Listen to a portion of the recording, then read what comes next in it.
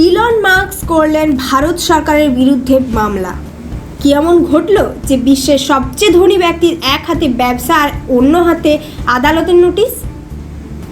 Tesla এবং SpaceX এর মালিক Elon Musk এবার ভারত সরকারের বিরুদ্ধে আদালতে নেমেছেন।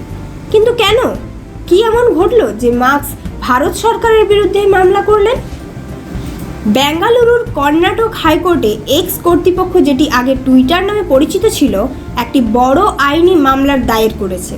তাদের অভিযোগ, ভারত সরকার অবৈধভাবে অনলাইন কন্টেন্ট নিয়ন্ত্রণ করছে এবং সেন্সরশিপ আরোপ করছে।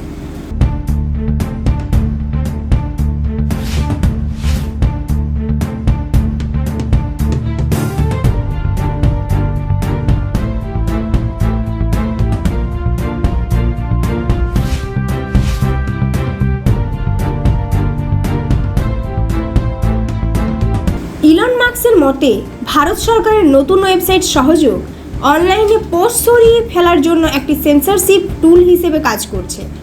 কিন্তু ভারত সরকার একেবারেই ভিন্ন মত পোষণ করছে।